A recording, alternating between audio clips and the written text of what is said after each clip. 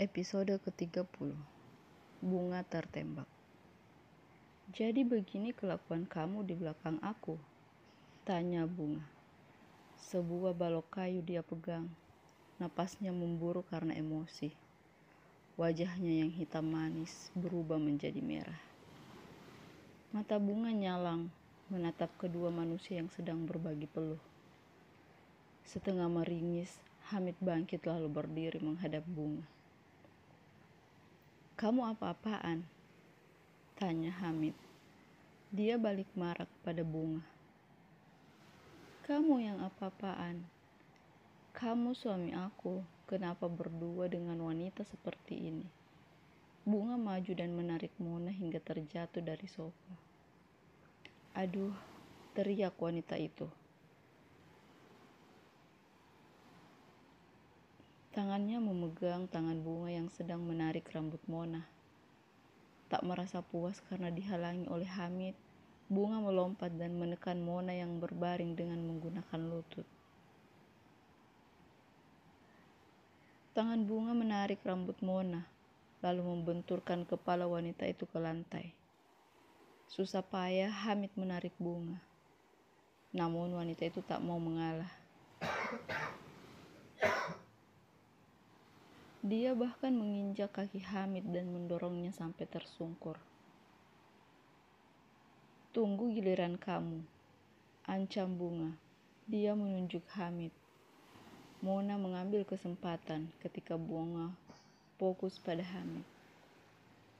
Dia perlahan bangkit dan mendorong Bunga hingga jatuh tengkurap. Kini Mona menginjak punggung Bunga, lalu balas menarik rambut istri Hamid. Aduh, sakit, teriak Bunga. Kini Mona yang berada di atas Bunga menendang punggung Bunga. Hamid pun segera melerai. Dia harus mengeluarkan ekstra tenaga untuk menarik Mona menjauh dari Bunga. Stop, kalian ini apa-apaan? Teriak Hamid. Dengan wajah emosi, Bunga yang sudah bisa bangkit lagi tak menghiraukan teriakan Hamid. Dia malah melepas high heels lalu memukulkan ke kepala Hamid. Tok, berhenti berteriak, dasar pengkhianat. Kalian berdua itu sama saja. Bunga menyerang keduanya dengan membabi buta. Mona kembali terkena cakaran. Bahkan sebuah goresan besar dan panjang tercetak jelas di wajahnya. Wajahku, teriaknya. Kini wanita itu emosi mengambil vas di atas meja lalu melemparkan ke arah Bunga. Vas mendarat cantik di pelipis Bunga. Darah segar mengalir dari pelipis wanita itu. Bunga sedikit terhuyung karena pusing. Hamid masih berusaha melerai mereka, namun tak mampu keduanya seperti singa mengamuk. Kalian berhentilah, semua bisa dibicarakan, ucap Hamid frustasi. Dia bahkan mengacak rambutnya berkali-kali. Enak saja, apa yang bisa dibicarakan secara baik-baik? Kamu yang selingkuh, terus kamu yang seperti orang tak bersalah, ucap Bunga. Mas, aku gak mau diginiin. Sebentar lagi pacarku datang. Aku tidak mau dia melihatku berantakan begini, rengek Mona. Oh, kamu punya pacar? Mau kesini? Baguslah, biar kuadukan kalian. Senyum mengancam tercetak jelas di wajah Bunga. Jangan berani-berani kamu mengganggu pacar aku kalau kamu ingin selamat, ancam Mona. Dia memang sangat takut kehilangan Pak Andreas, karena hanya Pak Andreas yang memberikan fasilitas dan cintanya kepada Mona. Wah, ternyata mulut pelakor bisa mengancam juga. Aku malah penasaran. Apa pacar kamu masih akan mencintaimu jika tahu kelakuan kotormu? Tanya Bunga. Saat mereka beradu mulut dari luar, beberapa polisi sedang mengendap-endap, mengambil posisi untuk penyergapan.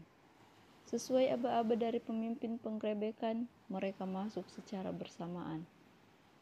Angkat tangan, jangan ada yang bergerak, teriak salah satu polisi yang masuk lewat pintu depan. Ketiganya kaget. Bung yang merasa melakukan kesalahan segera berlari. Dor, sebuah timah panas ditembakkan dan mengenai betisnya. Salah seorang polisi mendekati dan segera mengamankan Bunga. Hamid dan Mona hanya bisa mematung. Mereka tidak tahu kenapa ada polisi mendatangi tempat ini. Pak, apa ini? Bapak bisa menjelaskan apa yang terjadi? Tanya Hamid. Dia mencoba mendekati kepada petugas, maksudnya untuk bernegosiasi. Berhenti, Anda maju selangkah, kami tembak. Polisi memberikan peringatan. Aibtu Wawan yang menjadi ketua tim segera masuk dan menyerahkan sebuah amplop kepada Hamid. Kami melakukan penggerebekan karena mendapat surat perintah penangkapan untuk kasus kebakaran di Kompleks Citraland. Kami mendapat laporan jika otak pembakaran ada di sini. Setelah dikonfirmasi, ternyata sesuai. Bapak mohon mundur. Petugas kami akan melakukan penggeledahan untuk mencari barang bukti. Pembakaran? Bapak salah orang, teriak Mona. Dia sangat takut dengan polisi. Silahkan nanti Anda bicara di kantor, ucap Aibtu Wawan. Dia memberikan kode kepada anak buahnya untuk menggeledah tempat ini. Beberapa orang masuk, mulai membongkar dan mencari barang bukti, mulai dari ruang tamu, kamar, dan dapur. Segala macam benda digeser dan diangkat. Komandan, teriak salah satu petugas. Aibtu Wawan mendekat. Sebuah bungkusan hitam sebesar telapak tangan berada di bawah sofa. Kamu ambil, tunjuk Aibtu Wawan kepada Hamid.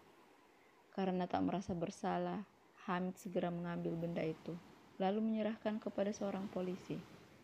Tapi polisi tersebut tak ingin memegangnya. Buka, perintah Aibtu Wawan lagi. Hamid kembali mengikuti instruksi. Dia mulai membuka bungkusan plastik tersebut. Setelah semuanya terbuka, mata Hamid membulat. Aibtu Wawan segera mengambil pisau yang terselip di pinggangnya, lalu merobek sedikit bungkusan yang ada di tangan Hamid. Aibtu Wawan memberi kode kepada seseorang, bawahannya untuk memastikan bubuk itu. Setelah seorang lelaki maju dan mencium serta memeriksa barang itu, polisi tersebut lalu berkata, A1, sabu komandan, ucapnya. Tahan mereka semua, perintah Aibtu Wawan. Hamid dan Mona meronta. Mereka tak ingin ditahan karena tidak merasa bersalah. Namun polisi tetap melakukan penahanan. Bahkan Hamid sempat mendapatkan hantaman dari seorang polisi. Jangan melawan, nanti Anda bisa menjelaskannya di kantor, jelas polisi tersebut. Dari dalam kamar, petugas juga menemukan sebuah bom atau yang biasa digunakan untuk alat isap sabu. Melihat alat itu, wajah Mona tertunduk. Dia tak bisa lagi mengelak. Bisakah aku menghubungi seseorang? Tanyanya. Nanti di kantor, Bu. Sekarang kalian bertiga kami bawa ke kantor untuk dilakukan pemeriksaan lebih lengkap. Di sana akan dilakukan tes narkoba untuk kalian juga. Jangan khawatir, kalau Anda tidak bersalah, kami akan melepaskan Anda. Keduanya ditarik dan diborgol, lalu digiring untuk memasuki mobil polisi. Di luar rumah ternyata sudah banyak warga yang datang menyaksikan aksi para polisi. Mereka saling berbisik dan bertanya satu dengan yang lain tentang penggerebekan itu. Setelah semuanya selesai, garis polisi sudah terpasang. Mereka semua kembali ke kantor polisi untuk dilakukan pemeriksaan selanjutnya.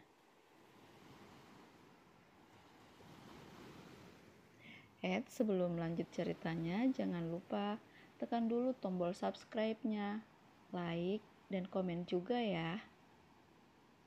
Nah, sekarang kita lanjut. Di kantor polisi, Bunga segera dilarikan ke klinik yang berada di kantor tersebut.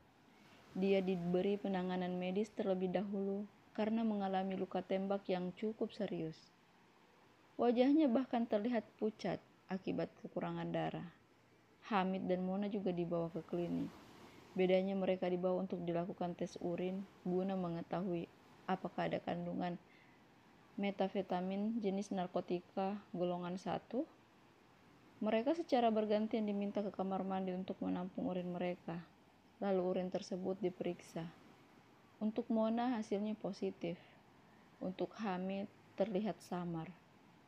Sehingga akan dilakukan tes narkoba lagi yang menggunakan darah dan rambut. Setelah proses pemeriksaan selesai, mereka kembali dibawa ke ruang BAP untuk diambil keterangan. Hamid dan Mona diperiksa di ruangan berbeda. Mereka mulai ditanya secara mendetail. "Bolehkah saya menelpon seseorang?" tanya Mona.